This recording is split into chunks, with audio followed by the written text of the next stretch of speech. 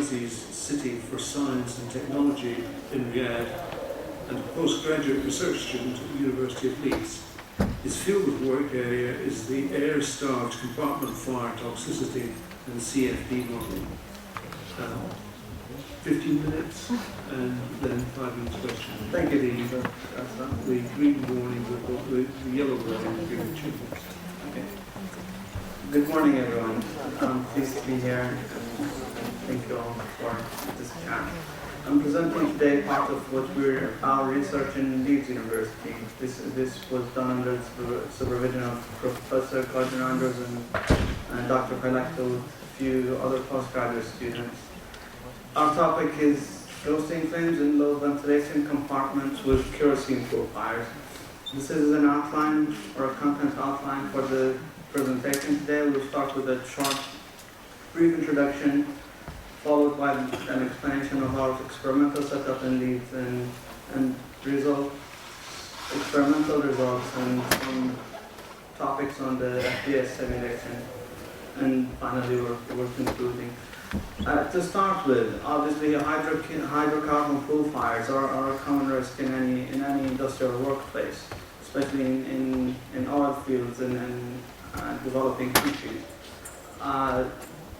However, most of the research was done on relatively more ventilated fires, where the fires were in some cases freely ventilated, which meant higher temperatures reaching and exceeding sometimes 1,000 degrees Celsius and also associated with high soot emissions and high toxicity as well.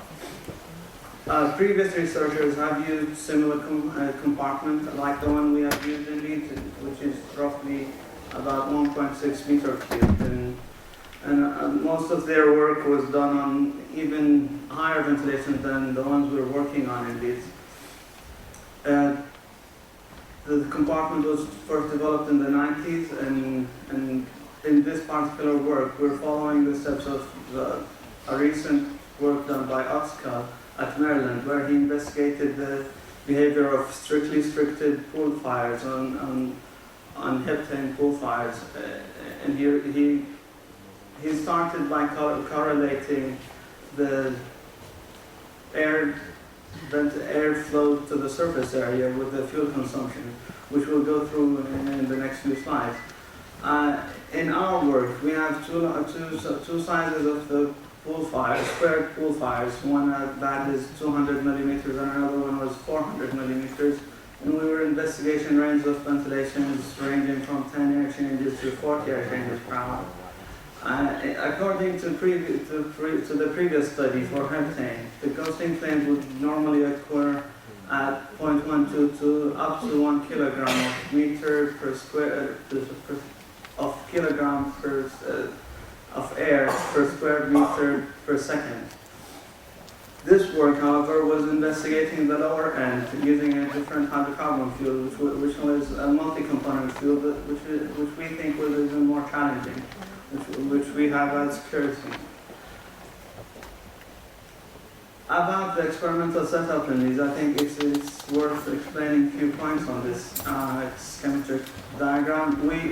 We start with having this, as I said, 1.6 meter cubed compartment, 96 in width, 140 centimeters the depth, and 150 centimeters height.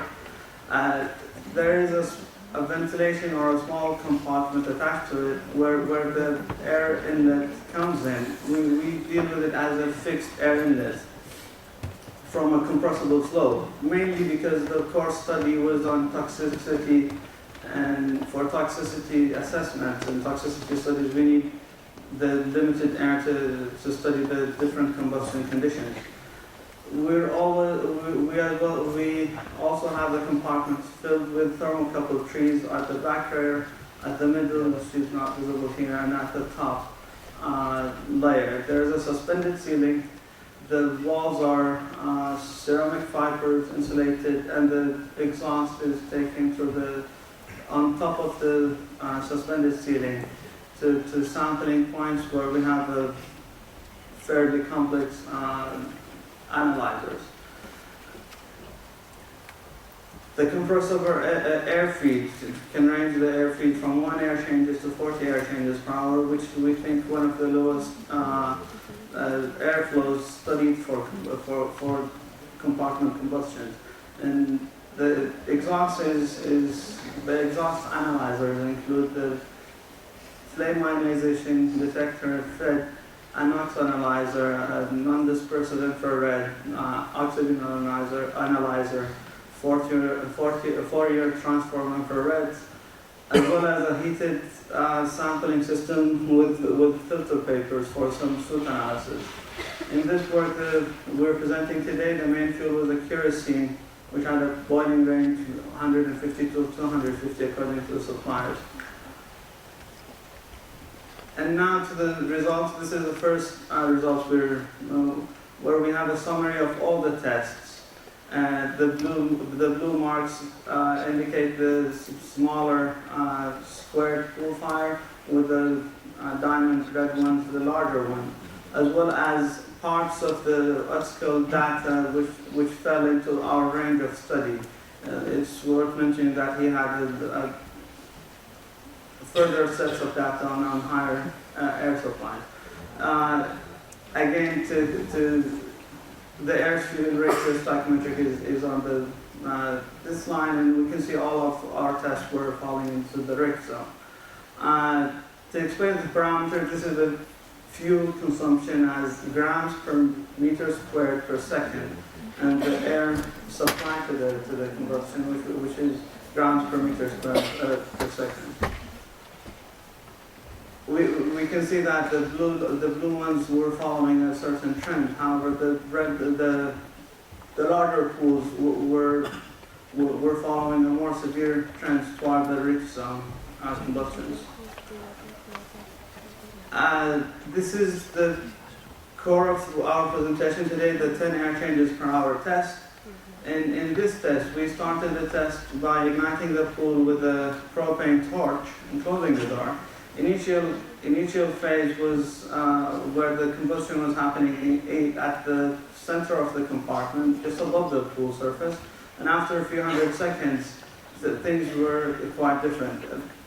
The red thermocouple was the lowest thermocouple at the red end, which was indicating the temperature increase and possible combustion phase at just above the ventilation slots, and which was even more severe than the expected normal position, where we had the mid of the compartment having the highest temperature.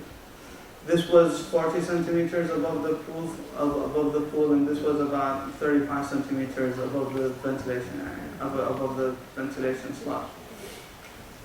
Here's the equivalence ratio for the test, and obviously it can be seen that the majority of the test period was in the rich combustion zone, and over the history time, and the decay period just falls after 2,000 seconds.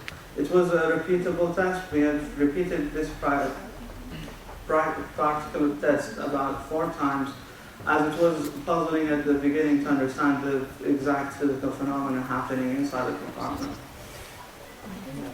Here, a more interesting slide where we have the heat release rate from the mass loss rate, which was showing a tremendous difference to the oxygen calorimetry heat release rate shown in red. Further analysis on the energy content trapped in the CO and hydrocarbons and other gases has enabled us to correct the mass loss rate graph to derive another heat release rate, which is more close to the one derived from the oxygen calorimetry.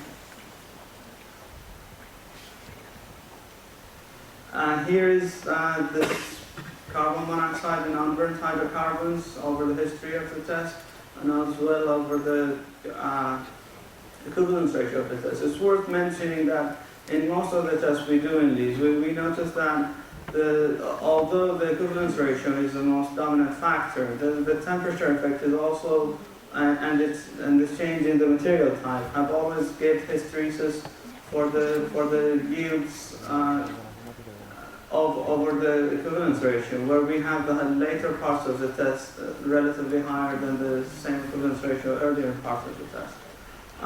The results are tremendous. You can see about 0.5 kilograms per kilograms of unburned hydrocarbons, which was some can claim a gasification of the pool or evaporation of the pool. And the CO yields were also one of the highest reported at about